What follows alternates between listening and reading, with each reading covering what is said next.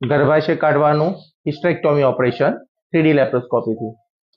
તો આ પેશન્ટને 45 વર્ષની ઉંમર, માસિકમાં બહુ સમસ્યા, માસિક કન્ટિન્યુઅસ છેલ્લા 2 મહિનાથી ચાલુ બંધ, દવા આપ્યા પછી પણ રાહત હતી નહીં.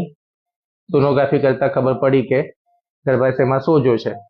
તો અલ્ટિમેટલી પછી ઓપરેશન કરવાનું નક્કી કર્યું. તો 3D લેપ્રોસ્કોપીના ફાયદા: ડેપ્થ પરસેપ્શન, ઊંડાણમાં આપણને બીમારી ખબર પડે. 2 અંગો વચ્ચેનું અંતર સારું દેખાય, 2 નસો વચ્ચેનું, જેનાથી કોમ્પ્લિકેશન થવાની શક્યતા ઓછી થઈ જાય, જેથી કરીને પેશન્ટની રિકવરી એક્સિલન્ટ રહે.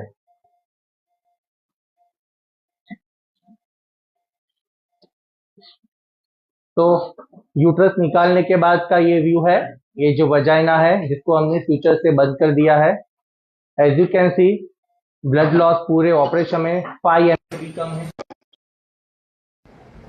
और ये पेशेंट अभी सर्जरी के 24 घंटे के अंदर पेनलेस घर जा सकती है and with in next day से ही अपनी सारी एक्टिविटी रिज्यूम कर सकती है.